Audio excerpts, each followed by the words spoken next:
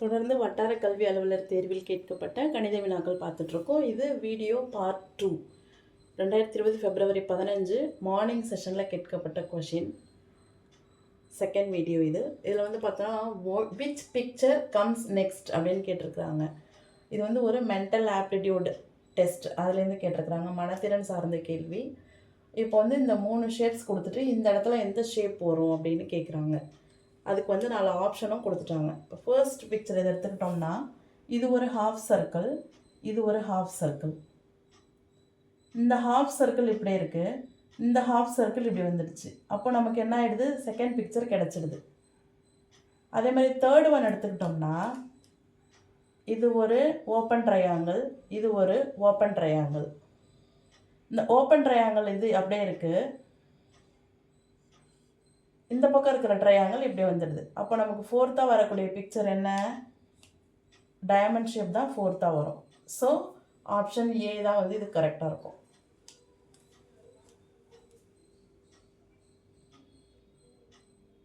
நாம் பார்க்க போகிற நெக்ஸ்ட் கொஷின். ஒரு பக்கம் 10 சென்டிமீட்டர் பக்க அளவு கொண்ட மேலே உள்ள சதுர வடிவ படத்தில் நிழலிடப்பட்ட பகுதியின் பரப்பளவு என்ன அப்படின்னு கேட்டு 4 ஆப்ஷன் கொடுத்துருக்குறாங்க. இது வந்து repeated question, very very important question. இதே மாதிரி இதை சார்ந்த கணக்குகள் 4-5 வடிவத்தில் இருக்குது. அதில் ஏதாவது ஒரு கணக்கு எந்த எக்ஸாம்லனாலும் கேட்டுருவாங்க. ஆசிரியர் தகுதி தேர்வு, இல்லை எஸ்ஜிடி எக்ஸாம், இல்லை BEO exam, mental aptitude test வர டிஎன்பிஎஸ்சி எக்ஸாம், இதில் வேணாலும் கேட்குறதுக்கான 99% கேட்டுட்ருக்க சம் இது. ஸோ ஃபஸ்ட்டு இதுக்கு நம்ம ரொம்ப ஈஸியாக 1 நிமிடத்தில் விடை கண்டுபிடிக்கிற மாதிரி இதுக்கு வந்து ஃபார்முலா இருக்குது. ஸோ இந்த ஷேட் பார்த்துக்கோங்க, இது ஃபுல்லாக ஷேடாக இருக்கும். இந்த பிக்சரை பொறுத்த வரைக்கும் நம்ம 2 ஃபார்முலா எழுதலாம். ஒன்று 4/7a², இன்னொன்று 3/7a². எங்கேயுமே இந்த ஃபார்முலா சொல்லியிருக்க மாட்டாங்க, இதை நோட் பண்ணிக்கோங்க, ஓகேவா? சட்டுன்னு ஆன்சர் போடுறது, டைம் சேவர் இது. ஷேடோ பண்ணது கேட்டாங்கன்னா 4/7a². ஷேடோ பண்ணாத இந்த 1 2 3 4 ஷேடோ பண்ணாத பார்ட்டு கேட்டாங்கன்னா 3/7a². ஓகே, நோட் பண்ணி வச்சுக்கோங்க. இது ஷேடடுக்கு, நிழலிடப்பட்ட பகுதிக்கு. இது அன்ஷேடட், நிழலிடப்படாத பகுதிக்கு. இதை நோட் பண்ணி வச்சுக்கோங்க. அப்போ நமக்கு இப்போ யூஸ் பண்ண வேண்டிய ஃபார்முலா வந்து இந்த ஃபார்முலா தான்.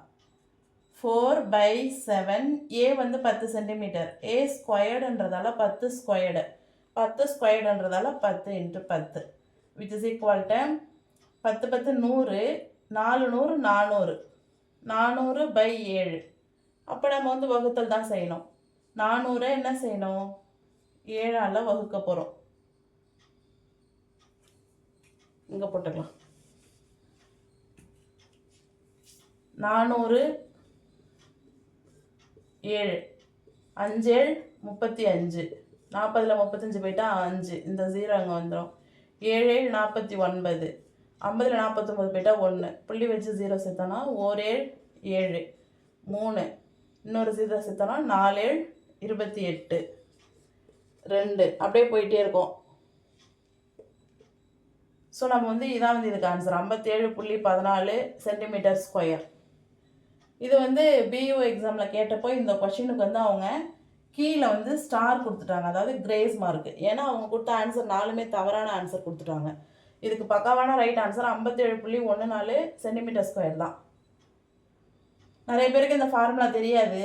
அதுக்கு பதிலாக இது ஒரு அரைவட்டம், இது ஒரு அரைவட்டம், அப்புறம் இப்படி ஒரு அரைவட்டம், இப்படி ஒரு அரைவட்டம்னு போட்டு குழப்பிட்டுருப்பீங்க. இது வந்து நேரடியாக 2 ஃபார்முலா தான். ஷேட் பண்ணதுன்னா 4/7a², ஷேட் பண்ணாததுன்னா 3/7a², அவ்வளோதான். அடுத்து நாம் பார்க்க போகிற கணக்கு. ஒரு வேதி கலவையில் ஆல்கஹால் மற்றும் தண்ணீர் 4:3 என்ற விகிதத்தில் உள்ளது. அந்த கலவையில் 5 லிட்டர் தண்ணீர் சேர்த்தால் அந்த கலவை 4:5 என்ற விகிதத்தில் இருக்கும். கிடைக்கப்பெற்ற கலவையில் ஆல்கஹாலின் பங்கு என்ன அப்படின்னு கேட்டிருக்கிறாங்க. ஸோ அவங்க கேட்குறது வந்து ஆல்கஹாலோட பங்கு தான் கேட்குறாங்க. இப்போ நம்ம வந்து கணக்கு எப்படி செய்யலாம்னு பார்க்கலாம். ஆல்கஹால் இஸ்டு தண்ணீர், இது ரெண்டுத்துக்குள்ள விகிதம் தான் கொடுத்துருக்காங்க. விகிதம்னாலே நமக்கு பங்கு அப்படின்ற வார்த்தைக்கு நாம் வந்துடணும். 4:3ன்ற அளவில் இருக்குது. இது ஆல்கஹால் எவ்வளோ இருக்குது? 4 பங்கு இருக்குது. தண்ணி எவ்வளோ இருக்குது? 3 பங்கு இருக்குது. அதான் 4:3. இப்போ என்ன செய்கிறாங்க, தண்ணி வந்து இது கூட இன்னும் 5 லிட்டர் சேர்க்குறாங்க. 5 லிட்டர் தண்ணி வந்து கூடுதலாக சேர்க்குறாங்க. சேர்த்த பிறகு என்னவாகுது? மீண்டும் இந்த ரேஷியோ வந்து 4:5 மாறுது. 4:5 மாறுது. அதாவது என்னன்னா 4 பங்கு ஆல்கஹால், 5 பங்கு தண்ணீர். ஓகேவா? அப்போது ஃபஸ்ட் இருந்தது இந்த மெஷர்மெண்ட்டு. அடுத்தது 5 லிட்டர் தண்ணி சேர்த்த பிறகும் ஆல்கஹால் மாறவே இல்லை. 4 தான் இருக்குது. அந்த ஆல்கஹால் பங்கை தான் இப்போ கேட்குறாங்க. ஆனால் தண்ணி வந்து இந்த 5 லிட்டர் சேர்த்த பிறகு 5 பங்காயிடுச்சு. எப்படி? 3 பங்காக இருந்தது 5 பங்காக மாறி இருக்கு. எதனால்? கூடுதலாக எத்தனை பங்கு சேர்த்துருக்காங்க? 2 பங்கு சேர்த்துருக்காங்க. 2 பங்குன்றது என்ன? நமக்கு 5 லிட்டரு. 3 பங்காக இருந்த தண்ணி 5 பங்காக மாறி இருக்கு. அப்போ 2 பங்கு அதிகமாக இருக்கு. 2 பங்குனா எத்தனை லிட்டர் தண்ணி சேர்த்தாங்க? 5 லிட்டர் தண்ணி சேர்த்தாங்க. அப்போ 1 பங்குனா என்ன? 2.5 லிட்டரு. 2 பங்கு 5 லிட்டர்னா 1 பங்கு எவ்வளோ? 2.5 லிட்டரு. நம்ம வாழ்வியலோட ஒட்டி டிஸ்கஸ் பண்ணி கொண்டு போகும்போது தான் இதை நம்ம ஈஸியாக டிரைவ் பண்ண முடியும். 4 பங்கு ஆல்கஹால் 4 பங்கு ஆல்கஹாலாகவே தான் இருக்குது. ஆனால் 3 பங்கு தண்ணி 5 லிட்டர் இன்னும் கொஞ்சம் தண்ணி சேர்த்ததும் 5 பங்கு தண்ணி ஆயிடுச்சு. அப்போ 3 பங்குலேருந்து 5 பங்கு 2 பங்கு அதிகமாக இருக்குது. எப்போது? 5 லிட்டர் தண்ணி சேர்க்கும்போது. அப்போ 5 லிட்டர் தண்ணின்றது 2 பங்கு. அப்போ 2.5 லிட்டர் தண்ணின்றது 1 பங்கு. இப்போ ஆல்கஹாலுக்கு வரும். நம்ம ஆல்கஹால் எவ்வளோ? 4 பங்கு. 1 பங்குனா என்ன கண்டுபிடிச்சிருக்கோம்? நம்ம இங்கே 2.5 லிட்டர் கண்டுபிடிச்சிருக்கோமா? ஆல்கஹால் இங்கேயும் 4 பங்கு தான், இங்கேயும் 4 பங்கு தான். அப்போ 4 × 2.5. 1 பங்கு 2.5 லிட்டர் இல்லையா? அப்போ 4 பங்கு. 4 × 2 2.5. 4 2 8, 4 6 2, 8 2 10 லிட்டர். ஆல்கஹாலோட அளவு எவ்வளோ? 10 லிட்டர். Option D. முன்னாடி சொன்னதே தான். விகிதம்னு வந்து இந்த மாதிரி கணக்குகள் வந்தாலே நம்ம பங்குன்றதை கொண்டாந்துடணும். 1 மடங்கு, மடங்கு அல்லது பங்கு, அவ்வளோதான். 1க்கு எவ்வளோன்னு கண்டுபிடிச்சாதான் நம்ம எத்தனை ரேஷியோ இருக்கோ அதை வந்து நம்ம டிரைவ் பண்ண முடியும். நெக்ஸ்ட் சம் பார்க்கலாம். 4.5% வட்டி விகிதத்தில் ரூபாய் 450க்கு தனி வட்டியில் ரூபாய் 81 கிடைப்பதற்கான வருடங்கள். The time taken for an amount of rupees 450 to yield rupees 81 as simple interest at 4.5% per annum of simple interest is. தனி வட்டி கணக்கு சிம்பிள் இன்ட்ரெஸ்ட்னு கொடுத்துட்டாங்க. ஸோ 450 ரூபாய் அசலுக்கு 4.5% வட்டினா 81 ரூபாய் தனி வட்டி கிடச்சிருக்கு. அந்த 81 ரூபாய் தனி வட்டி எத்தனை வருஷத்தில் கிடச்சிது? தனி வட்டின்ற வார்த்தை வரதால நம்ம வந்து தனி வட்டி ஃபார்முலாவை எழுதிடலாம். Simple interest which is equal to PNR by 100. இதான் வந்து தனி வட்டிக்கான ஃபார்முலா. இதில் வந்து பார்த்தோன்னா P 450 ருபீஸ் இருக்குது நம்மக்கிட்ட. N நம்பர் ஆஃப் இயர்ஸ் அதான் கேட்குறாங்க, எத்தனை வருஷம் ஆகும்னு கேட்குறாங்க. அதுக்கு தான் 4 ஆப்ஷனும் கொடுத்துருக்குறாங்க. R rate of interest 4.5. N தெரியல, ஆனால் இங்கே சிம்பிள் இன்ட்ரெஸ்ட் தெரியுது. சிம்பிள் இன்ட்ரெஸ்ட் எவ்வளோ கொடுத்துருக்குறாங்க? rupees 81. ஸோ இது தெரியுது. PNR தெரியுது. 100 இருக்குது. நம்ம கண்டுபிடிக்க வேண்டியது N, அவ்வளோதான். இருக்கிறதெல்லாம் போட போகிறோம், இல்லாததை ஃபைண்ட் அவுட் பண்ண போகிறோம். ஸோ சிம்பிள் இன்ட்ரெஸ்ட் வந்து எவ்வளோ இருக்குன்னா 81 which is equal to P வந்து 450 இன்ட்டு N தெரியல இன்ட்டு R வந்து 4.5 டிவைடட் பை 100. முடிஞ்சால் இங்கேயே சிம்பிளிஃபை பண்ணிக்கலாம். 1 0 1 0 2 5 9 5. இப்போ என்ன செய்ய போகிறோம்? இந்த பக்கம் N அப்படியே வச்சுக்கிறோம். N அப்படியே இருக்கட்டும். இங்கே வந்து 81 இருக்குது இன்ட்டு கீழே பகுதியில் இருக்கிற 2 சமக்குறிக்கு இந்த பக்கம் வரும்போது தொகுதிக்கு வந்துடும். டிவைடட் பை தொகுதியில் இருக்க 4.5 9 இதெல்லாம் சமக்குறிக்கு இந்த பக்கம் வரும்போது பகுதிக்கு வந்துடும். 4.5 பெருக்கல் 9. வேறு எதுவும் நம்ம மிஸ் பண்ணலை. ஸோ இப்போ இங்கே சிம்பிளிஃபை பண்ணிடலாம். ஒரு 9 9, 9 9 81, ஒரு 9 9, 5 9 45. இது வந்து 4.5ன்றதால இங்கே 0.5ன்னு வரும். ஸோ நம்மக்கிட்ட இப்போ என்ன கிடச்சிருக்குன்னா n = 2/0.5ன்னு கிடச்சிருக்கு. நாம் கண்டுபிடிக்க போகிறது நம்பர் ஆஃப் இயர்ஸ், வருடங்கள், எத்தனை வருடம் அப்படின்னு கண்டுபிடிக்க போகிறோம். இங்கே நமக்கு டெசிமலில் இருக்குது, ஒரு பாயிண்ட் டெசிமல் இருக்குது. அதனால் என்ன செய்கிறோம், அந்த டெசிமலை ரிமூவ் பண்ண போகிறோம், தசமத்தை நீக்க போகிறோம். ஒரு இடம் தசமம் இருக்கிறதால ஒரு 0 உள்ள 10ஆல் மேலேயும் கீழே மல்டிபிள் பண்ணுறோம். அப்போ 2 10 20, 0.5 10ஆல் பெருக்கணும்னா வெறுமனே 5 வந்துடும். இப்போ நம்ம புள்ளியை ரிமூவ் பண்ணிட்டோம். இப்போ நமக்கு டெசிமலே இங்கே இல்லை. இதை சிம்பிளிஃபை பண்ணலாம். 1 5 5, 4 5 20. இந்த 4ன்றது என்ன, n, அதாவது வருடம்.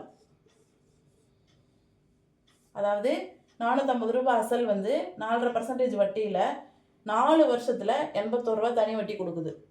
அப்போ n வந்து 4. Option A is the right answer இதுக்கு.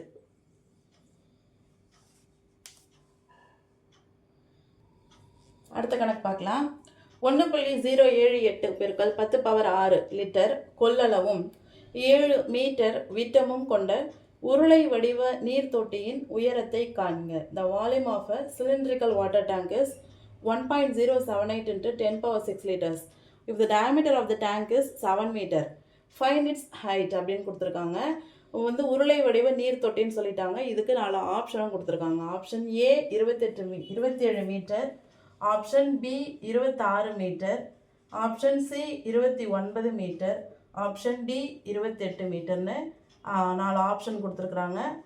ஸோ இதை வந்து நம்ம ஒரு விஷயம் வந்து நல்லா அண்டர்ஸ்டாண்ட் பண்ணணும். என்னன்னு பார்த்தோம்னா, கொள்ளளவு லிட்டரில் இருக்குது, முகத்தல் அளவை.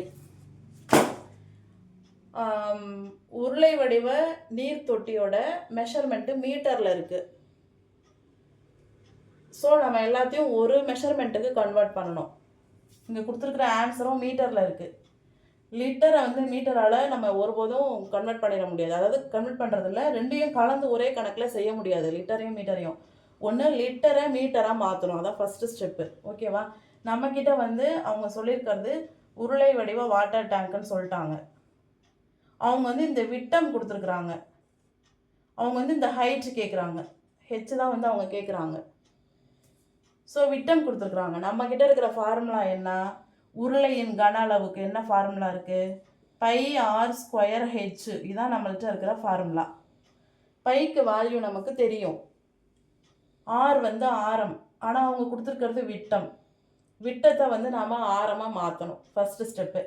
அடுத்தது ஹெச் தான் அவங்க கேட்குறாங்க. வி இருக்கு இல்லையா, இந்த வால்யூம், கொள்ளளவும் கொடுத்துட்டாங்க, இதான் கொள்ளளவு கொடுத்துருக்குறாங்க, ஆனால் அதை லிட்டரில் கொடுத்துருக்குறாங்க. ஸோ நமக்கு 2 வேலை இருக்குது. விட்டத்தை ஆரமாக மாற்றணும். விட்டத்தை 2ஆல் வகுத்தோம்னா அது என்னது, ஆரம், ஆர் இல்லையா? அப்போ விட்டம் என்ன, 7. அது 2ஆல் வகுத்தோம்னா அது என்னவா மாறிடுது, ரேடியஸாக மாறிடுது. ஸோ நம்ம இப்போ என்ன டிரைவ் பண்ணியிருக்கோம், r = 7/2ன்னு கொண்டு வந்துட்டோம். 7/2 எப்படி வந்ததுன்னு நமக்கு தெரியணும். 7ன்றது டயாமீட்டர், விட்டம். டயாமீட்டர் டிவைடட் பை 2, விட்டத்தை 2ஆக பிரித்தோம்னா ஆரம். ஸோ 7/2 மீட்டர் என்றது ரேடியஸ், அதாவது இந்த பகுதி, இந்த விட்டத்தில் பாதி ரேடியஸ். இந்த ஆர் கொண்டு வந்துட்டோமா? பைக்கு வேல்யூ தெரியுமா, ஹெச் கண்டுபிடிக்கணுமா? நம்மக்கிட்ட ஆர் வந்து மீட்டரில் இருக்குது, ஹெச் கேட்டுட்டு அந்த ஆப்ஷனும் மீட்டரில் கொடுத்துருக்காங்க. இந்த வி வால்யூம் வந்து நம்மக்கிட்ட லிட்டரில் இருக்குது, அதை வந்து இப்போ மீட்டராக கன்வெர்ட் பண்ண போகிறோம். எப்படி? இப்போ வந்து நமக்கு என்ன தெரியும்னா, 1000 லிட்டர் = 1 மீட்டர் கியூப். இது வந்து ஸ்டாண்டர்டான ஒரு வாய்ப்பாடு. 10 மில்லிமீட்டர் 1 சென்டிமீட்டர், 10 சென்டிமீட்டர் 1 டெசிமீட்டர்னு வாய்ப்பாடு படிப்போம் இல்லையா? அதே மாதிரி 1000 லிட்டர் அப்படின்றது 1 மீட்டர் கியூப். இப்போ நம்மக்கிட்ட இருக்கிறது என்ன, 1.078 இன்ட்டு 10⁻6 லிட்டர் இருக்குது. ஓகேவா? இப்போ 1000 லிட்டரை நம்ம எப்படி எழுதலாம்னா 10⁻3ன்னு எழுதுவோம். இப்போ இந்த 10⁻6 நம்ம எப்படி எழுதலாம்னா 10⁻3 பெருக்கல் 10⁻3 லிட்டர்னு எழுதலாம். அப்போ இந்த 10⁻3 லிட்டருக்காக இதை அப்படியே எடுத்துட்டு நம்ம என்ன பண்ண போகிறோம், மீட்டர் கியூப். மீட்டர் கியூப் போடும்பொழுது தான் அது உண்மையான கன அளவு கொள்ளளவு வால்யூமாக மாறுது. ஸோ 10⁻³ லிட்டரை எடுத்துகிட்டு மீட்டர் கியூப்னு போட்டுறோம். ஏன்னா இங்கே வந்து 1000 லிட்டர் தான் ஒரு மீட்டர் கியூப். ஓகேவா? அப்போ நமக்கு ஒரிஜினலாகவே அந்த கன அளவு என்ன கிடைக்குது? 1.078 இன்ட்டு 10⁻³ மீட்டர் கியூப். இப்போ பாருங்கள், வால்யூமும் நமக்கு மீட்டரில் இருக்குது, ரேடியஸும் மீட்டரில் இருக்குது, ஹெச்சும் மீட்டருக்கு வந்துருச்சு, பை வேல்யூ தெரியும். இந்த ஃபார்முலாவில் சப்ஸ்டிட் பண்ணி ஆட்டோமேட்டிக்காக நம்ம ஹைட் என்ன செஞ்சிடலாம், கண்டுபிடிச்சிடலாம். ஓகேவா? இதை ஒரு ஸ்க்ரீன்ஷாட் எடுத்துக்கோங்க. ஸோ நம்ம இது எல்லாத்தையுமே ரப் பண்ணிடலாம். இப்போ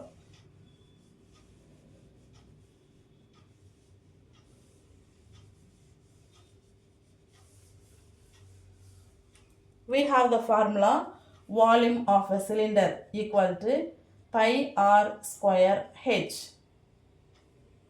வால்யூம் வந்து இப்போ தான் கண்டுபிடிச்சோம். 1.078 into 10⁻³ which is equal to pi 22/7 r square 7/2 the whole squared. அதனால் என்ன செய்கிறோம், ஸ்கொயர்டுன்றதால 2 டைம்ஸ் எழுதுகிறோம்.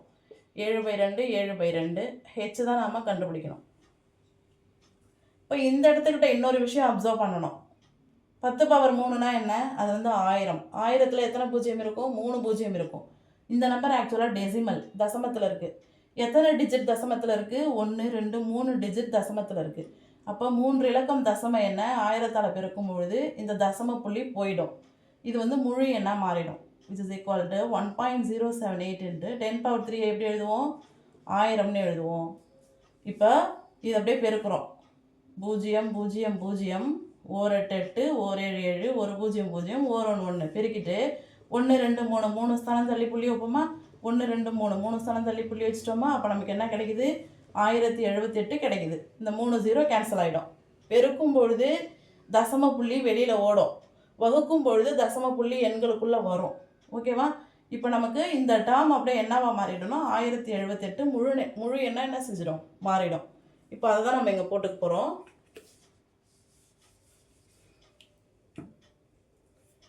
1078 which is equal to இந்த இடத்த பாருங்கள், 1 7 1 7 அடிச்சிடலாமா?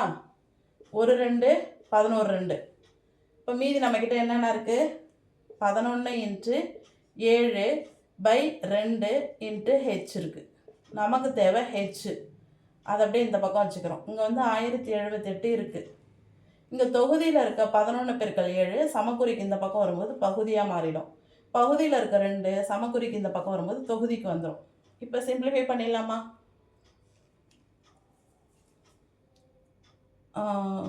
1 7 7 1 7 7 இதில் ஒரு 3 மீறம் 37, 5 7 35 2 28 வரும், 4 7 28, ஒரு 11 11 ஒரு 11 11 4 44 வரும், 4 11 44. இங்கே ஒரு 2 பெருக்கல் 14, 2 14 என்ன வரும்? 28.